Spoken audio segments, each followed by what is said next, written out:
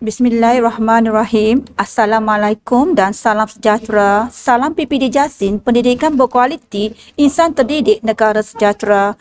PPD Jasin, jenama kerajaan nombor 1 yang berusaha Tuan Haji Baharudin bin Husin, Pegawai Pendidikan Daerah Jasin. Yang saya hormati Tuan Haji Muhammad Zainuddin bin Jamaluddin, Timbalan PPD Jasin Sektor Pengurusan Sekolah, dan Yang Arif para juri. Yang saya hormati Pegawai-pegawai SIP Partner PPD Jasin, Tuan Haji Muhammad Saud bin Marzuki, Tuan Haji Johari bin Abu Bakar, Ustaz Abdullah bin Haji Jantan. Dan juga yang saya hormati pegawai-pegawai sektor pengurusan sekolah PPD Jasin, semua pengetua dan guru besar daerah Jasin serta warga pendidik daerah Jasin. Tidak lupa yang saya hormati rakan-rakan pembentang pada hari ini. Tajuk pembentangan saya pada kali ini ialah Carta Analisis Warna atau Early Warning System dalam meningkatkan tahap penguasaan murid dalam pentaksiran bilik darjah ataupun PBD dan kualiti guru norma baharu. Inovasi ini dipilih kerana ingin merealisasikan hasrat GPN Negeri Melaka dan PDPD daerah Jasin, iaitu dalam teras 1 dan teras 2, iaitu meningkatkan kualiti guru dan kepimpinan sekolah. Yang kedua, meningkatkan kualiti murid di sekolah.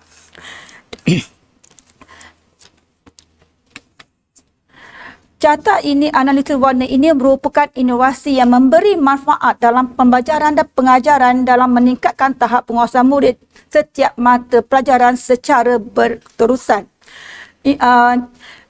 Hal ini untuk merealisasikan apabila Kementerian Pendidikan Malaysia memasukkan UPSR dan menangguhkan PT3, maka telah menimbulkan kegusaran ibu bapa. Maka inovasi ini dipilih untuk memberi impak yang tinggi dalam bidang profesional guru, terutama dalam penjaminan kualiti penguasaan murid dalam PBD, iaitu pentaksiran bilik darjah.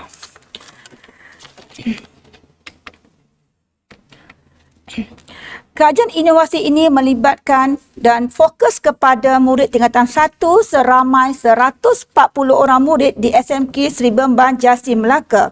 Carta ini adalah satu alat dan satu alternatif dalam kaedah pentaksiran sepanjang tahun dalam pentaksiran bilik darjah. Fokus utama itu ialah penjaminan kualiti seperti asas KPM, iaitu Anjakan 9 dalam Pelan Pembangunan Pendidikan 2013 hingga 2025, iaitu memenuhi transformasi pendidikan 2025. Carta ini juga adalah untuk meningkatkan sasaran cemerlang murid dalam pentaksiran bilik darjah, iaitu TP5 dan TP6 dalam setiap mata pelajaran. Selain pada itu, carta ini juga untuk meningkatkan kualiti guru berdasarkan SKPMJ2 Standard 4. Seterusnya, yang ketiga adalah untuk meningkatkan prestasi sekolah, iaitu keberkesanan penjaminan kualiti pentaksiran PBD serta memperkasakan senior leader team ataupun SLT dan memaksimumkan peranan middle leader team MLT dalam perkongsian kaedah pembelajaran yang terbeza. Kesimpulannya, mengapa saya memilih inovasi ini adalah untuk meningkatkan prestasi kecemerlangan akademik tahap penguasaan murid dalam PBD, pentaksiran bilik darjah, dalam meningkatkan kualiti guru dan penguasaan kemahiran di SKP setiap mata pelajaran bagi guru-guru di SMK Seri Bemban. Saya memilih kaedah analisis triangulasi dalam merealisasikan inovasi ini kerana lebih berintegriti, lebih efisien dalam membuat analisa deskriptif. Saya menggunakan rujukan perpustakaan Jabatan Kajian saya berdasarkan pemerhatian analisis data fokus pada murid-murid tingkatan 1 di SMK Seri Bemban, dan seterusnya buat pemantauan secara berstrategik mengikut jadual dalam takwim pengurusan di buku takwim pengurusan di SMK Seri Bemban. Selain daripada itu, dalam merealisasikan carta warna ini, Kami juga telah membuat analisis SWOT untuk melihat pada kekuatan, kelemahan, peluang dan cabaran. Apa yang kami lihat di SMK Sri Bemban, pengetuanya adalah lulusan MPQL, 60% guru-guru adalah kalangan SLT dan MLT dan 100% guru offshore. Dan 17 guru pemeksa kertas SPM dan GPS sekolah meningkat setiap tahun, iaitu pada tahun 2019 596, 2020 5.56 dan 2020 dan sasaran 2021 5.54. Kelemahan di sekolah SMK, peluang di sini ialah jalinan dan jaringan PBD. JPN dan PBK 100% menyokong dalam merealisasikan inovasi early warning system ini. Saya mendapat kerjasama dan sokongan daripada pemegang taruh ataupun stakeholders iaitu PIBG, ahli korporat, agensi luar dan 100% telah memberi kerjasama pada program sekolah terutama Carta Warna ini. Kelemahan di sekolah kami di SMK Sri Bemban ialah capaian internet tidak stabil. Prestasi pencapaian SPM belum mencapai 100%. Kami ada guru tanpa gaji. Pentaksiran bilik darjah PBD kurang dikuasai oleh guru, malah murid dan ibu bapa sendiri. Cabaran di sini, ibu bapa kurang memahami tahap penguasaan TP dalam PBD. 5% ibu bapa adalah B40, tidak mampu menyediakan peranti internet di rumah dan kehadiran dalam PDPR sangat merosot. Tanggapan tinggi masyarakat untuk anak-anak adalah pencapaian tahap penguasaan tinggi dalam pembelajaran. Saya memilih inovasi ini dan melihat bagaimana untuk merealisasikan carta analisis warna ini, maka saya melihat latar belakang kajian ini iaitu saya memfokuskan kepada PBD iaitu tentang kepenilaian kemahiran murid. Kedua, tentang penjaminan kualiti yang berkesan dan seterusnya bagaimana membuat pemantauan, pementoran, penyelarasan dan pengesanan dapat dijalankan secara menyeluruh, terancang dan bersistematik. Signifikan carta EWS ini adalah satu program transformasi sekolah TE25 iaitu kami mementingkan kualiti guru dapat ditingkatkan berdasarkan SKPM G2 Standard 4 dengan meningkatkan kemenjadian murid dalam PBD dan SPM. Objektif dan matlamat utama kami ialah kreativiti murid dan guru, bagaimana meningkatkan tahap penguasaan murid dan bagaimana meningkatkan prestasi sekolah dan penjaminan kualiti. Kita tahu UPHR telah dimasukkan, PT3 telah ditangguhkan. Justru itu penjaminan kualiti mestilah kita buat secara berkesan dan bersistematik dan berstrategik. Kemudian keempat, tindakan penyelesaian dan pembuktian dalam EWS ini adalah untuk meningkatkan kualiti murid 100% supaya murid sedar bahawa PBD ini adalah penting untuk menguasai pembelajaran. Kami akan melihat dari segi impak dan keberhasilan projek carta EWS ini dengan menyumbangkan kepada perubahan pengajaran dan pembelajaran dan pentadbiran PBD ini lebih berkualiti dan adil dan bersistematik kepada murid semua. Kami dalam memenuhi kehendak pelanggan, PBD ini mestilah mensasarkan pada two outcome iaitu kualiti guru dan kualiti murid dengan memperkasakan SLT dan MLT, senior leader team atau middle leader team dalam kalangan guru penolong kanan dan ketua panitia dan JKMP kami. Dan kami perlu memahamkan murid dan ibu bapa dan guru apakah itu PBD dengan membuat dialog prestasi, dengan membuat perbincangan bersama PKP dan panitia. Kami juga menggunakan saluran dialog prestasi dan postmortem untuk memahamkan ibu bapa dan guru. Kami juga membuat postmortem memahamkan murid juga. Kualiti guru kami adalah untuk bertambah baik dari tahun seterusnya. transformasi pendidikan untuk kami, transformasi sekolah TA25 untuk kami realisasikan mencapai penambahbaikan yang baik untuk SMK Sibemban, dan kami mahukan kreativiti dan inovasi guru dalam merealisasikan hasrat sekolah dalam mencapai pencapaian akademik yang cemerlang. Sebelum merealisasikan dalam membuat inovasi ini, kami melihat kepada sumber kewangan. Tapi sumber kewangan kami tiada masalah. Kami mendapat sumbangan daripada PIBG, sumber TA25 dan PCG mata pelajaran. Pada pertama kali, sebenarnya peruntukan pembelajaran carawana ini hanya RM80 setiap satu. Tetapi apabila berlakunya era pandemik norma baharu dalam PKP, kami telah mengalihkan membuat inovasi kepada penambahbaikan 0% kos apabila diupah dalam sheet warna atau warna masa PDPR. Ini yang kami lakukan, seterusnya membuat penambahbaikan. Okey. Kami menggunakan model kota dalam merealisasikan inovasi carta-warna EWS ini. 8 step model kota kami ikuti supaya lebih berkesan dalam pelaksanaannya. Pertama, kami membuat mesyuarat bentuk jawatankuasa.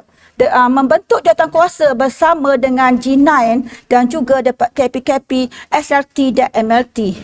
Yang kedua, kami menghebahkan misi dan visi yang perlu dicapai kepada murid, kepada guru dan kepada komuniti dan PIBG. Seterusnya, kami menghebahkan kepada murid-murid yang mencapai sasaran, iaitu fokus kepada murid tingkatan 1. Kenapa kami mencipta carta-warna ini? Seterusnya, kami buat intervensi yang berkhusus, iaitu mengikut analogi dan kronologi. Kemudian kami melaksanakan pementoran PBD dan EWS. Kenapa kami perlu buat pementoran? Kerana kami ingin tahu, adakah guru kami menguasai DSKP? Adakah murid kami menguasai rubrik dalam PBD itu tahap 1 hingga 6? Di situ kami akan buat teacher was, student was, community was dan PIBG was kami buat di semua. Kemudian kami buat jadual pemantauan PBD EWS ini supaya pelaksanaan itu lebih berkesan. Okay. Seterusnya kami mengadakan bengkel penghuraian DSKP. Mengapa kami lakukan itu? Kerana adakah guru-guru kami menguasai kemahiran dalam DSKP setiap mata pelajaran? Seterusnya kami membina instrumen pemantauan. Inilah model quarters yang kami ikut untuk merealisasikan hasrat kami supaya inovasi kami ini berkesan dan cemerlang.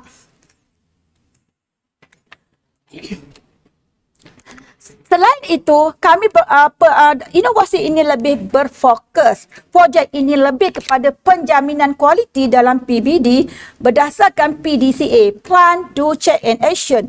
Iaitu pertama, dalam bagaimana kami membantu, memudah cara dan membimbing pentaksiran pementoran. Bagaimana kami buat pemantauan dengan bersistematik, membuat learning walk. Di mana lead worker akan memastikan pemantauan itu berkesan. Dan ketiga, penyelarasan. Penyelarasan ini amat penting kerana dalam pemberian skor berdasarkan standard prestasi, maka kita kena adil, kena berkualiti kepada data. Kemudian pengesanan, siapakah sasaran murid kita yang tidak menguasai lebih cemerlang TP5 dan 6? Siapakah guru kita yang tidak menguasai DSKP berdasarkan tahap pencapaian dalam PBD? Kemudian baru kami buat, apabila dah semua kami kaji, kami buat plan, do, check, action dari segi isu kualiti guru, kemenjadian murid, sekolah berkualiti dan apa yang kami buat segi do, iaitu kami buat ladak, kami buat pemantauan, kami buat kajian tindakan, dialog prestasi dan sebagainya.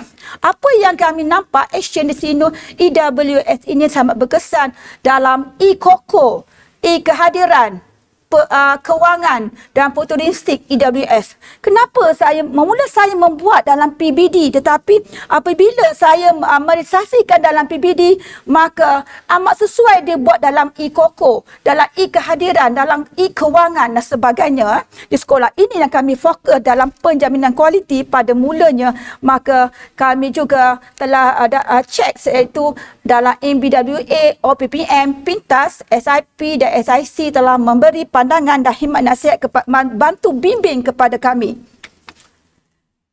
Sebelum apa yang berlaku di SMK Sri Bemban, berdasarkan data, kami tengok berdasarkan bimbingan bersepadu skor operasi SKPMG itu pada tahun 2020 bulan September, maka inilah data kita nampak guru sebagai pendorong hanya 81.30, guru sebagai pembimbing 81.25, guru mengawal suasana pembelajaran hanya 81.20, guru sebagai pembimbing murid 81.25, guru sebagai pendorong 83.88. Guru melaksanakan penilaian 88.80, tidak mencapai apa yang kita hendak dalam SKPMG 2 Standard 4. Apa yang kami sedih iaitu pada tahap 4.61 dalam pembelajaran murid melibatkan diri dalam pembelajaran sangat rendah, iaitu 78.65. Ini yang data yang kami dapat daripada guru dalam SKPMG 2. Tetapi apabila kami membuat pemantauan,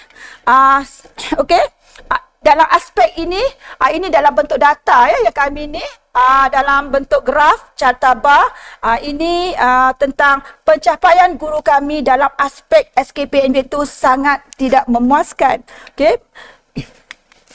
Tapi selepas carta warna itu kami telah lakukan di kelas-kelas dalam Maya, maka kami buat pemantauan berdasarkan takwim pengurusan berkejadual yang sistematik, maka graf peratus dalam 4.11 guru sebagai pendorong 93.80 meningkat.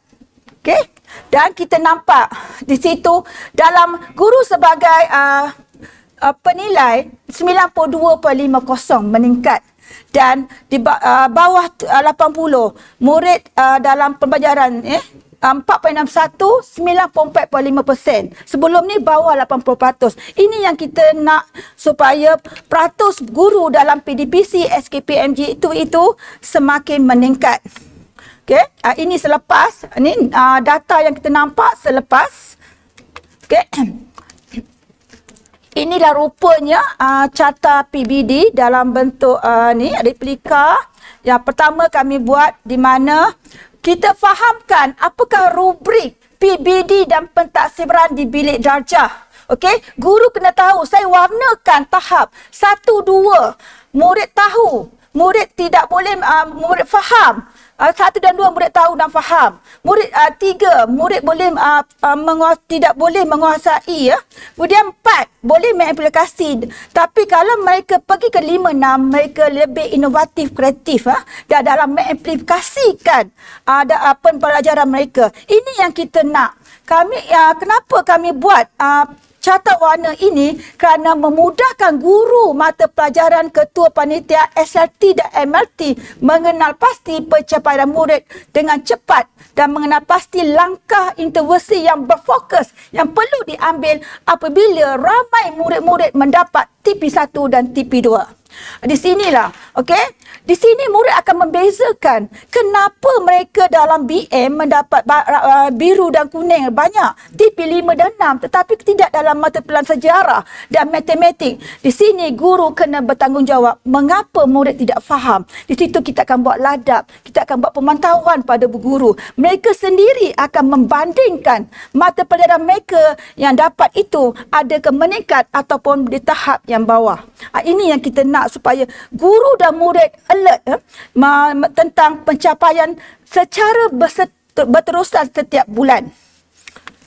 Okey, ini mula kami buat carta sebelum kosong. Setiap mata pelajaran di tagging. Nanti selepas itu guru akan melihat tagging warna pencapaian berdasarkan pencapaian murid dalam setiap mata pelajaran.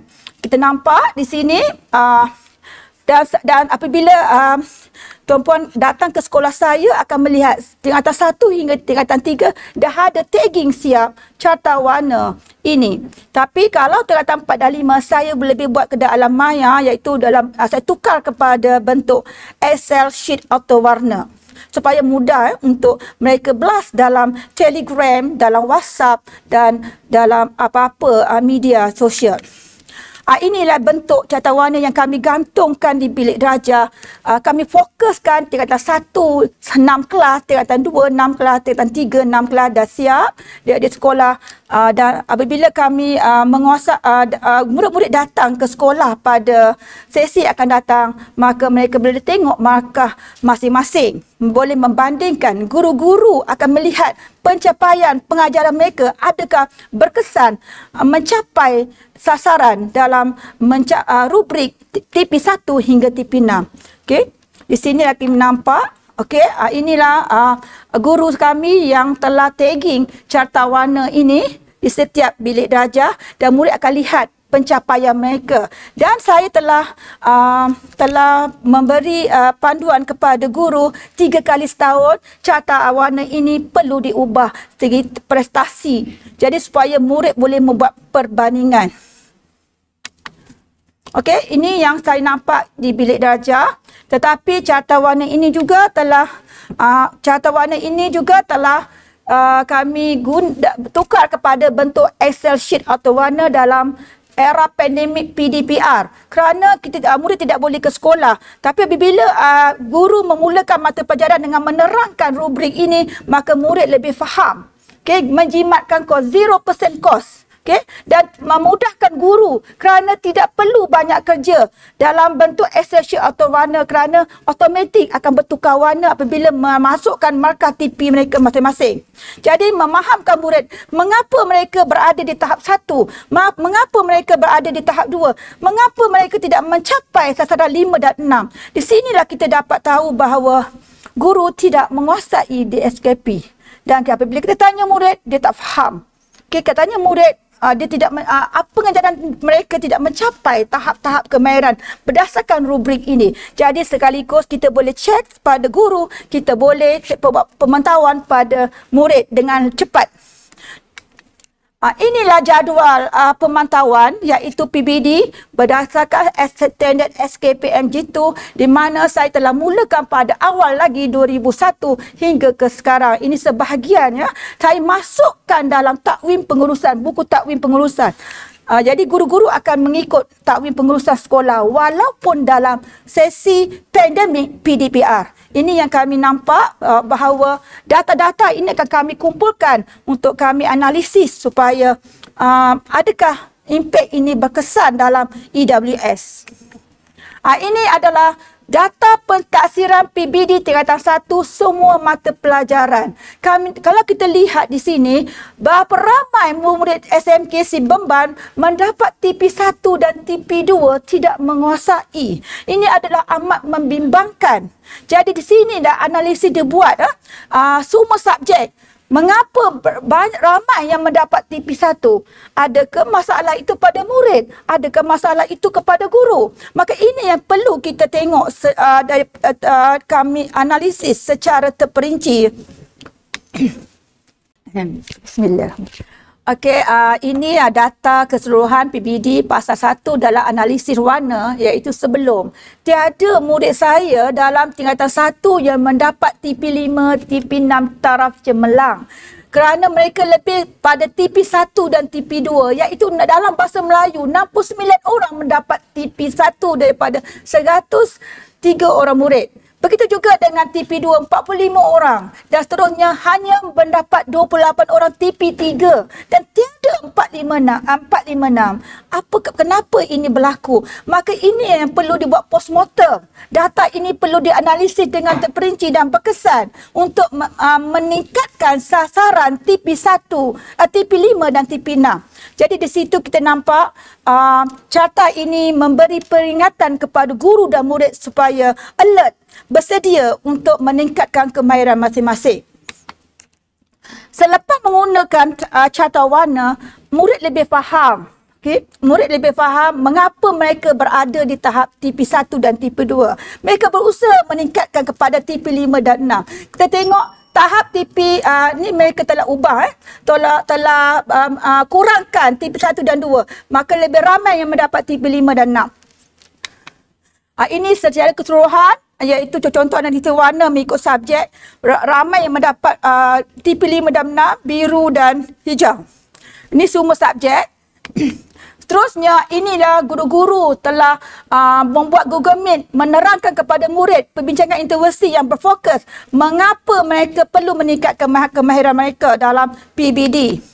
Ini adalah untuk kita tengok tahap penguasaan PBD, tahap faham murid, pentadbir, guru, murid dan ibu bapa. Saya buat teacher voice, student voice dan juga ibu bapa voice dan pentadbir. Sebelum mereka tak faham, tapi selepas carta ini diperkenalkan, mereka lebih faham dalam memahami standard prestasi PBD. Ini yang kita nak. Dan carta ini telah mendapat perakuan daripada prospek IAB, SIP PBD Jasin dan Kolokium telah 25 di Darul Sarawak, Seminar Nasional pada 28 September dan juga baru-baru ini di ICLAM pada 29 September dan impact projek di luar jangka inisiatif guru menggunakan analisis warna ini dalam membuat analisis markah, bukan dalam PBD, dalam SPM, dalam peperiksaan pertengahan tahun. Mereka telah menggunakan carta warna ini supaya mereka faham. Nilai tambah diberikan anugerah CJ dan hadiah kepada murid dan guru, penghargaan kepada guru dalam panitia dan melihat pengimplementasi pembelajaran terbeza dalam rubrik 1 hingga 6 itu berlaku, memudayakan bimbingan rakan sebaya dan seterusnya menerapkan konsep of trust, iaitu guru rasa bersalah apabila muridnya mendapat TP1 dan TP2 berwarna merah. Maka inilah kita nampak pengembangan inovasinya berlaku dalam Excel sheet atau warna mudah disebarluaskan, memudahkan tugas guru mengisi data, tahap pengomersialan, revolusi industri 4.0 cepat, mudah dan pantas, memudahkan pemantauan, boleh digunakan di semua sekolah di Malaysia dan negeri Melaka. Jadi carta warna EWS ini mendapat impak dalam meningkatkan prestasi sekolah iaitu pada 5.6 pada tahun 2020 dan untuk mencapai 5.54 pada 2021. Mempersimbangkan potensi murid, meningkatkan pedagogi murid berkualiti, memperkasakan penjaminan kualiti dan pentaksiran PBD, memperkasakan panitia di sekolah dan seterusnya mengenal pasti kaedah PDPC yang penuh bermakna. Dan di samping itu juga mendorong minat murid dalam meningkatkan kemahiran dan meningkatkan skor operasi dan merapatkan korelasi jurang dalam SKPMU Standard 4. Itu sahaja daripada saya dalam pembentangan aman baik pengetua dan guru besar. Jadi di sini saya mengundur diri. Sekian, wabillahi taufiq wa hidayah. Assalamualaikum warahmatullahi taala wabarakatuh. Terima kasih.